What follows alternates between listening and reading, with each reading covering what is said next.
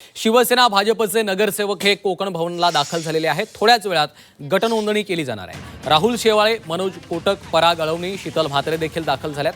भाजपचा स्वतंत्र गट असणार आहे। शिवसेना राष्ट्रवादी मिळून एका गटाची नोंदणी केली जाणार आहे। आणि या संदर्भात अधिकची माहिती घेऊयात। आमचे प्रतिनिधी कृष्णात पाटील सध्या आपल्यासोबत थेट जोडले गेलेले आहेत। कृष्णात, शिवसेना भाजपचे नगरसेवक कोकण भवनला दाखल झाल्याचं समजतंय। कोण कोण पोहोचलेलं आहे आणि थोड्याच वेळात गटनोंदणी केली जाणार आहे? शिवसेना शिंदे गटाचे 29 नगरसेवक आणि भाजपचे 89 नगरसेवक हे कोकण भवनमध्ये थोड्याच वेळापूर्वी पोहोचलेले आहेत आणि पहिल्या मजल्यावर गट नोंदणीचं काम हे सुरुवात झालेलं आहे।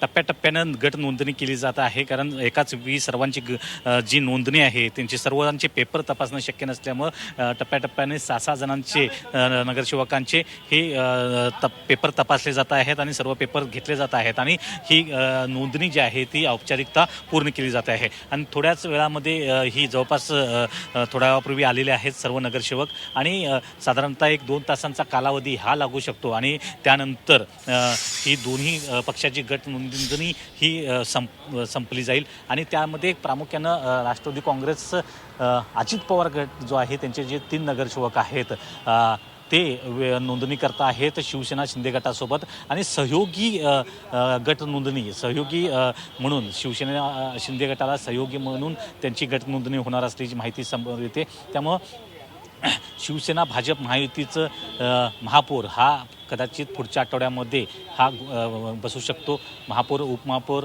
ह्या निवडी होऊ शकतात। त्यानंतर सर्व स्थायी समितीसह सर्व प्रभाग समिती असतील, इतर शिक्षण समिती, आरोग्य समिती या महत्त्वाच्या समित्या असतील, त्यांचे सदस्य असतील, त्यानंतर त्यांचे अध्यक्ष असतील, या सर्व प्रक्रिया जी आहे ती येत्या महिनाभरात पूर्ण केली जाईल आणि मुंबईच्या महापौर पदावर कोण बसणार या संदर्भातला जो काही भाजपचा निर्णय असणार आहे तो पुढच्या आठवड्यात समजेलच। परंतु मुंबई महापालिका ही सर्वात मोठी महापालिका आहे आणि त्या संदर्भात गेल्या 3-3.5 वर्षांपासून त्या ठिकाणी प्रशासन होतं आणि आता मुंबईचा महापौर हा बसू शकतो, कारण गट नोंदणीचं काम हे पूर्ण झालेलं आहे। त्यामुळे येत्या काळामध्ये पुढच्याच आठवड्यात या प्रकरणी महापौर पदाची निवडणूक ही लागू शकते।